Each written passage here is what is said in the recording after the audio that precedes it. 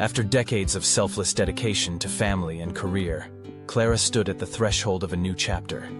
The weight of others' expectations had faded, and the whispers of her long-buried passions began to echo in her heart. She picked up her paintbrush, once neglected, and with each stroke, colors of joy and purpose flooded her life. This wasn't merely retirement. It was a vibrant renaissance.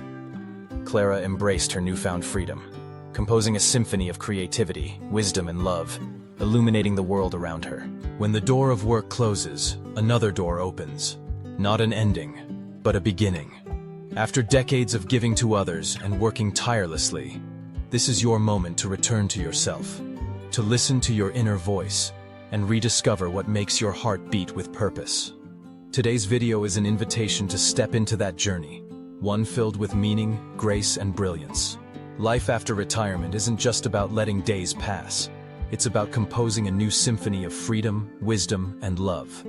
This is your time. Part 1. Rediscovering the meaning of life. After retirement. 1. Embracing change. It's not loss, it's transformation. Many women experience a deep sense of emptiness after retiring. Without a clear role or daily routine, it can feel like something essential is missing. But the truth is, meaning doesn't disappear, it simply evolves. Example. Think of a woman who spent 30 years as a school teacher. After retirement, she no longer stands in a classroom, but she begins hosting weekly story times at the local library. The joy of giving returns, only now it's on her terms, in her time, with even deeper purpose. Tip. Write down what you're most proud of in your life so far. Then ask yourself, how can I still offer that to the world today? Mine. 2. Reconnecting with yourself. Who am I without the labels? You're no longer the accountant, the busy mom, or the project manager. So, who are you? Now is your chance to rediscover the truest version of yourself, the version that is freer, more creative, and more soulful than ever before. Example. A woman who had put aside her love of painting for 40 years to care for her family now picks up a brush again. She joins a local art class and even starts selling small paintings online, not for success, but for the simple joy of being herself again. Tip. Revisit something you once loved or something you always dreamed of doing. Start small, but start. 3. Designing a new life with purpose.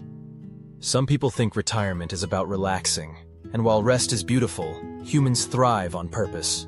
You deserve to wake up with something to look forward to. Example. One woman starts her day by choosing 3 things to nourish my soul. A 20-minute walk, a call to an old friend, and reading 1 chapter of a book. Her days aren't empty. They're intentional and deeply fulfilling. Tip. Don't let your days drift. Design your week like a piece of music, with rhythm, contrast, beauty, and rest. 4. Nurturing deep, meaningful relationships. Just because you've stepped away from a work environment doesn't mean you have to lose connection. This is the perfect time to build friendships that truly matter. Example. Join a yoga group, a book club, or even online communities for women over 60. Friendships after 60 aren't about quantity. They're about connection, warmth, and shared understanding. Tip. Take the first step. A simple coffee invite or a kind message might lead to a friendship that lights up your life. 5. Allowing yourself to slow down and live deeper. You no longer need to rush, but slow living doesn't mean boring living. It means being deeply present in every moment. Example. Instead of scrolling mindlessly on social media, you spend 10 minutes by your window with a cup of tea, journaling your thoughts. These moments, though simple, nourish your spirit in powerful ways. Tip. Create small, sacred spaces in your day, moments just for you, to breathe, to reflect, to reconnect with your inner wisdom. Closing this first part of the video series. You don't need to go searching far to find meaning again. It's always been within you, in the kindness you show yourself each morning, in the way you look at others, in the little things that quietly bring your heart back to life. After 60, you're not starting over, you're coming home. And that, my friend, is the most beautiful journey of all. Part 2. Letting go of old roles. Reclaiming who you really are. When a woman reaches her 60s, something quiet but deeply powerful starts to shift inside. The roles she has worn for decades, mother, wife, caregiver, employee, begin to loosen. These were never her whole identity, but they were loud and demanding. And now, in this softer season of life, there is finally space. Space to ask, who am I now, when I no longer have to be who I was for everyone else? This is the beginning of reclamation. Too often, women over 60 struggle with a sense of loss, not just of youth or career, but of self. And that makes perfect sense.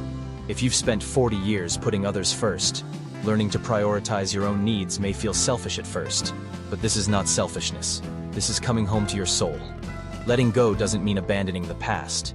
It means honoring it while allowing space for the present version of you to emerge. Maybe softer, maybe bolder, maybe more curious or creative than ever before. Example: take Linda, a 68-year-old who spent most of her life raising 3 kids and supporting her husband's career. She'd never traveled alone, never taken an art class, never asked herself what she wanted. But one day, she picked up a paintbrush, and something in her lit up. Today, Linda has a home studio and hosts monthly art and tea gatherings with other women. Her story isn't rare, it's simply untold. You are allowed to evolve. You are allowed to release what no longer fits, even if it wants to find you. You are allowed to step into a new identity, one crafted not from obligation, but from deep desire. This is your time to rediscover the woman underneath the titles. Not someone new, but someone more you than you've ever been. Part 3. Reigniting passion and joy. After 60, there's a quiet revolution that begins when a woman dares to ask herself, what brings me joy now? After decades of doing what was needed, caring for others, building a life, making ends meet, it's easy to forget what once lit your soul on fire. But joy isn't something lost forever. It's not a fading memory of youth. It's a flame waiting patiently, deep inside you, ready to be rekindled. Joy, at this stage, comes not from grand gestures, but from small, sacred awakenings. It's the thrill of starting something new without fear of failure. It's the laughter with an old friend, or the stillness of morning light through your kitchen window. Example: consider Maria. At 72, she thought her days of adventure were behind her. But one afternoon, her granddaughter asked, "Grandma, what did you love to do as a girl?" The question startled her. She remembered. She used to write stories. That night, Maria opened a notebook and began again. Not because she had to, but because she wanted to. Now, Maria writes every morning, and even started a blog sharing her reflections about life, love, and everything in between. Her joy became a bridge connecting her past, present, and future. Reigniting passion doesn't have to mean skydiving or moving across the world, unless you want it to. It could mean learning to cook a new dish, joining a community choir, or simply dancing in your living room with music from your youth. It could mean gardening, taking photos, learning French, or volunteering for a cause that moves you to tears. Joy isn't frivolous, it's fuel. And passion? Passion reminds you that you are still deeply alive, that your heart still beats for something, that you are not done, not even close. So go ahead, chase what makes your eyes light up, even if it seems silly or small. You've spent a lifetime being strong for everyone else. Now is the time to be deeply, joyfully, powerfully alive for yourself. Part 4. Creating deeper connections and friendships. After 60, there comes a point in every woman's life when she realizes it's not about how many people are around you. It's about how deeply you're connected to them. After 60, the definition of connection transforms. We begin to crave depth over frequency, meaning over obligation. The parties and social obligations fade, but what remains, what we truly yearn for, are relationships that nourish the soul. Real conversations, honest laughter, quiet understanding. A hand that reaches for yours, not out of habit, but out of genuine care. In this season of life, friendship is no longer about convenience. It's about authenticity. It's about surrounding yourself with people who see you, not just your accomplishments or your age, but your essence. People who listen not to respond, but to understand. Let's talk about Eleanor. At 68, after retiring and moving to a quieter town, she felt isolated. Her old friends were far away, and making new connections felt daunting. But instead of retreating inward, Eleanor made a bold choice. She joined a storytelling circle at the local library. Nervous at first, she sat in a room full of strangers and listened. Then, one day, she shared. Her voice trembled, but her story resonated. Weeks turned into months. The strangers became sisters in spirit. Together they laughed, cried, healed, and grew. Eleanor found not only connection, but a renewed sense of belonging. Here's the truth. You are never too old to make new friends, and you are never too far along to deepen the relationships you already have. So call that friend you lost touch with. Invite your neighbor for tea. Say yes to that local women's circle, or that art class you've been considering. Let people in. Share your stories. Ask about theirs. Create spaces where vulnerability is welcome, and where no one has to pretend. Because friendship at this stage isn't about impressing. It's about connecting, soul to soul, heart to heart. And the beautiful thing, the more open you are to connection, the more it finds you, like sunlight through open windows. Part 4. Creating deeper connections and friendships. After 60. The quiet power of meaningful connection in the golden years. In the end, what we remember most won't be the milestones we reached, but the people who walked beside us. After 60, many women begin to reflect more deeply on the quality of their relationships. The noise of life, career pursuits, raising children, busy schedules, starts to quiet down. And in that stillness, a new clarity often arises. What we truly long for is not more friends, but more meaningful friendships. Why friendships matter more than ever. Studies have shown that close friendships are one of the most important factors in longevity, emotional well-being, and even cognitive health. But beyond science, there's a sacred truth. We are not meant to journey through life alone. In our 60s and beyond, we face unique transitions. Retirement, becoming empty nesters, experiencing loss. These changes, though natural, can also bring moments of loneliness and disconnection. But they also open a doorway, a chance to choose our relationships more intentionally, to nurture connections that are life-giving, soul-nourishing, and deeply reciprocal. You no longer need to be everything to everyone. You get to ask, who makes me feel alive? Who listens with their heart? Who respects the woman I am today? The power of intentional friendship. Building deeper friendships in this season of life isn't about collecting more contacts. It's about cultivating intimacy. And that begins with courage. Yes, courage. Because reaching out takes vulnerability. It takes saying, I'd love to get to know you better. Or, would you like to go for a walk and talk? Sometimes it even means rekindling a connection we've let fade. Not because it stopped mattering, but because life got in the way. You may be surprised what happens when you simply say, I miss you. Weaving new threads of connection. Some women find community in places they never expected. At a local knitting group where stories are shared stitch by stitch. In a women's circle where laughter and tears flow freely. At a community garden where silence is sacred and companionship grows as naturally as the vegetables. Others deepen old bonds by showing up more fully, writing letters, having heart-to-heart conversations, or traveling together on a trip they'd long postponed. Don't underestimate the joy of simple rituals. Weekly coffee with a friend who sees you. A phone call with your sister every Sunday. A walk through the park with someone who listens with presence. These small rhythms become the heartbeat of a rich emotional life. Letting go of superficial ties. After 60, you earn the right to release what no longer serves your spirit. And that includes friendships that feel one-sided, draining, or disconnected. You don't have to hold on out of guilt or history.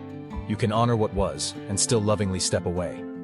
Creating space allows room for new energy, for relationships that align with the woman you are now, not just who you were then. You are worth deep connection. If there's one truth I hope you carry, it's this. You are worthy of relationships that honor your wisdom, your softness, your resilience. You deserve to be surrounded by people who celebrate you, not just tolerate you. You have so much to give, and just as much to receive. So open the door. Invite someone in. Be brave enough to connect, even if your voice shakes. Because sometimes, the friendships we form after 60 are the ones that shape the most meaningful chapters of our lives. It's never too late to find your soul sisters. And sometimes, the best friendships are the ones still waiting to begin. Part 5. Embracing aging with grace and power. Because aging isn't about fading away. It's about rising into your full brilliance. Wrinkles mean you laughed. Gray hair means you cared. And a slower pace means you finally have time to savor the beauty of life. There is a quiet revolution happening among women over 60. They are redefining aging, not as a loss, but as an arrival. Not as decline, but as depth. And the truth is, aging is not something to be feared. It is something to be claimed. With elegance, with confidence, with the unshakable knowing that every line on your face, every chapter lived, is part of your power. What does it mean to age with grace? To age with grace means you no longer fight time, you dance with it. You become softer, but not weaker.